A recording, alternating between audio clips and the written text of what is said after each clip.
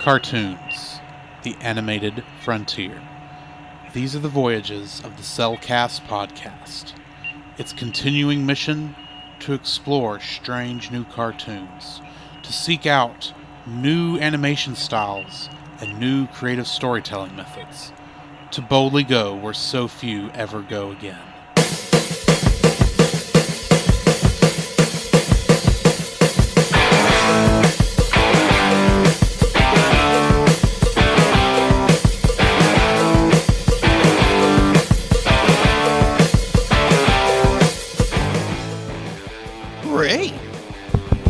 Am I wrong? Okay. This podcast is a part of Christian Reek Central Network. Wrong. Hey, Scoop, what are you doing, man? I don't know. I'm supposed to be reading an ad. All right, hold on. Give me it. Okay. All right. This podcast is part of the Christian Geek Central Network at ChristianGeekCentral.com. Hello and welcome to another episode of the Cellcast, the animated series. Joining me today is a man who's got, you got a little something right down there on your chest. Oh, you just been Rapunzeled! Jacob. Why, I yada. Why, thank you, I think. And let me introduce our co-host, a man just had to go steal a seal. Welcome, Drew. Hey, that's my line. And I stole it. You just been Rapunzeled! He's not very good at this, people. Neither was she. How are you doing, Jacob? I am doing artacular. All right. So today we are still reviewing Tangled the Series, and we are on Season 1, Episode 7, In Like Flynn, which aired originally July 23rd, 2017, a full 3 months after the last episode. It was directed by Steven Sandoval and written by Han Lee Ling, and introduces Bradley Whitford as King Trevor. Mm-hmm. Summary for this episode says, Eugene helps the king pull a prank on a rival kingdom. They end up in jail because the king insisted on doing things his way, but escapes when he goes along with the plan created by Eugene. Meanwhile, Cassandra teaches Rapunzel what a prank is, and she attempts to pull a good one. She fails miserably. Or does she, considering how the episode ends? Yeah. Trivia for this episode. The episode's title references the movie In Like Flint, and it also shares the name with Errol Flynn's biography. Oh, really? Mm-hmm. Huh. What do you think of this episode? Oh, where do I begin with this episode? The fact to be like, you have this ongoing rivalry between the two kingdoms, or the two kings, exactly. King Frederick and what was the other king's name? King Trevor. King Trevor. But like this constant pranking back and forth. And King Frederick refuses to stoop to his level. I need to stoop to his level!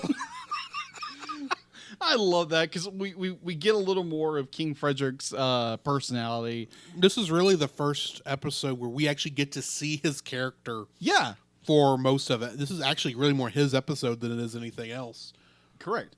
The fact that we have, because beforehand we always had this very loving king towards his daughter, but was very protective. Right. And unfortunately at that point it was kind of two-dimensional. He's an overprotective father. Well, we've seen that archetype everywhere. Right. That's nothing new.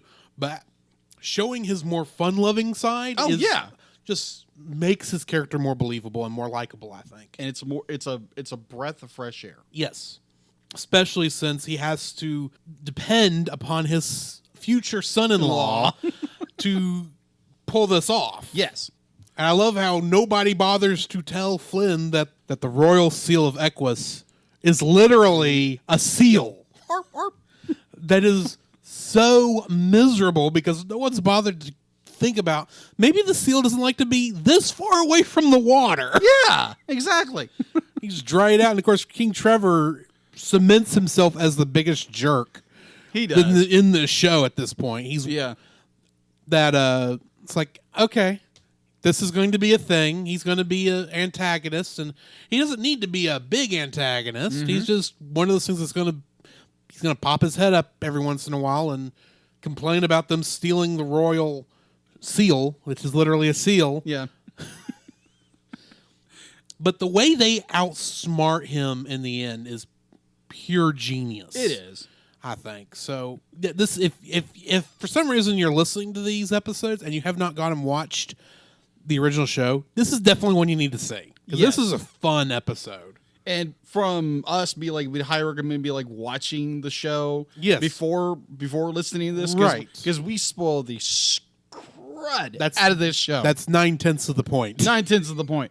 But and yeah, also the B-side story, the B-side part of the Yes. show is Rapunzel Rapunzel trying to figure out how to prank, and she's just too innocent She to be is. able to pull this off.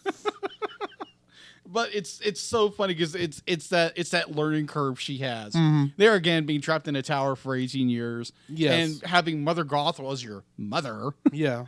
You didn't really have time to prank Alex except Pascal. And Pascal was just like, just freak out about anything. He wouldn't have been fun to prank. No, he wouldn't.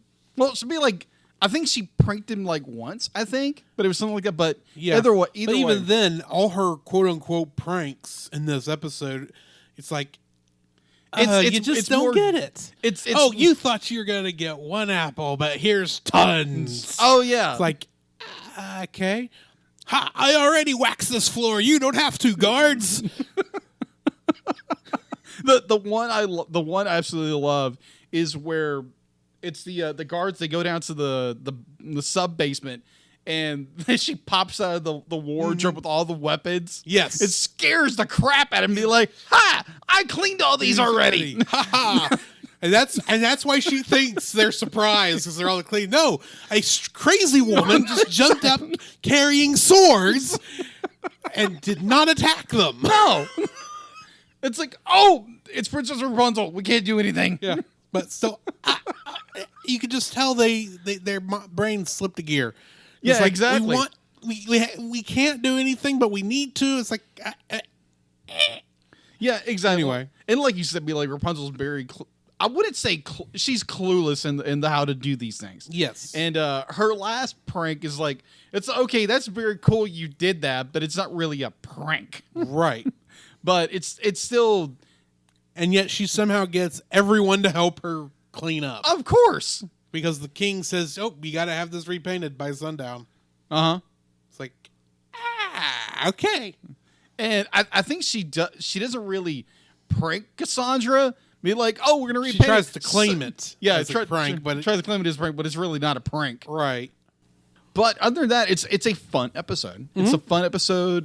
We get to learn more about the king. He's a little more loosey goosey, and yeah, it's becoming a very fun little adventure at this time. Yes, but I think we're just getting to the point where we're going to start needing to at least be alluding to some answers that have been raised really since the movie, Yeah, and a little bit into that first episode. So perhaps we'll get a few of those answers in our next episode, Great Expotations.